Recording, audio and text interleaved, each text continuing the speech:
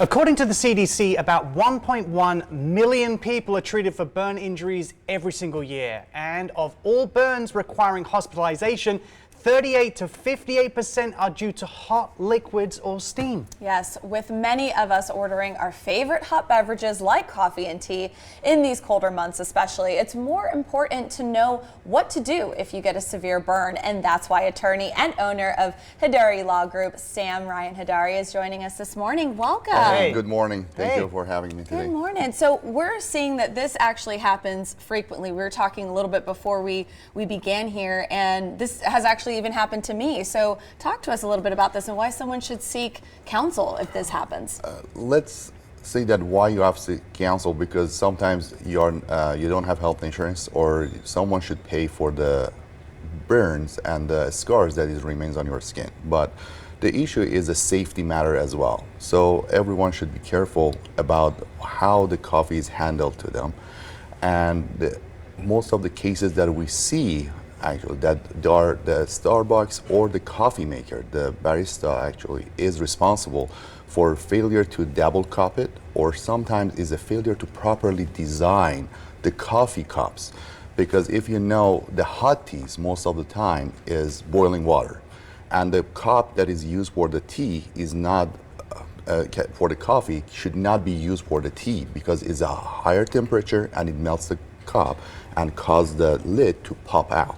That's the reason that we ask everyone that had any problems with this to seek counsel. Why? Because it's a safety matter as well. It's a given notification and some warning to those companies that they are ignoring the proper design of these cups, that they know that it happens, but they are ignoring it. This is a really interesting point, because the more I think about it, the more it gets into my head. Like, you wouldn't go into a restaurant and they bring out a hot dish that they're just cooking the food on and say, this is extremely hot, enjoy this food. It's one of the few things that we get an example of where it comes straight to us, piping hot in something that could potentially be dangerous. So as an attorney for a client, what is the process, what are the steps?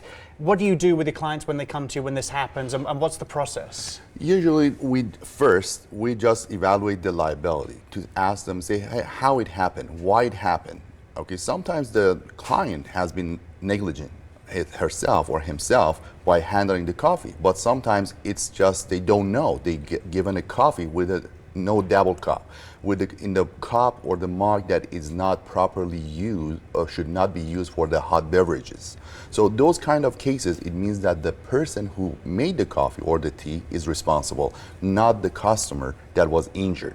That's a reason they need to seek counsel, to see that who is liable and whether it was due to their own negligence or it was due to negligence of the barista.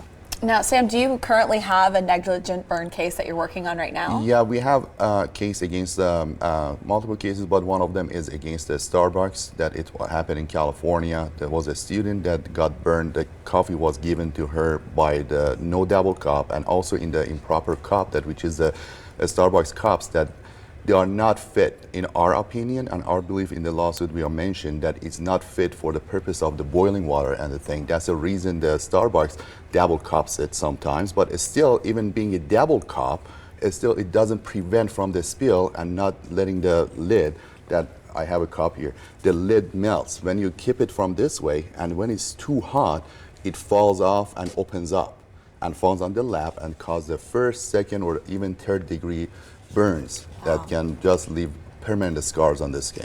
I'm sure there's probably a few people out there who've experienced this themselves, and there might even be a few other people watching at home saying, it's just some hot water, you get over it, these things happen. But there are some long-term consequences to receiving a hot burn from scalding water. It can happen, it depends on the degree of the burn. Is the first, second, or the third, what you were wearing at the time of the spill. But the issue is, that can have permanent scars on your lap, on your stomach, on your private areas. So that's the issue that you can never overcome. And sometimes it takes years to disappear, or sometimes it never disappears. That's a big issue for the young ladies that we had in the Starbucks case, actually. And that we try to get the compensation for. We are seeking everyone that has been burned by the coffee or anything at the Starbucks or any other places. They can call us. We give a free consultation, and we take the cases on the contingency fee agreements. It means that we don't charge anything till we win. okay, and win the case. And that's the reason we are so meticulous in choosing our cases, that in the cases that the brewer or the barista or the company who did this is liable, and keep them liable for those, and try to keep the public safe.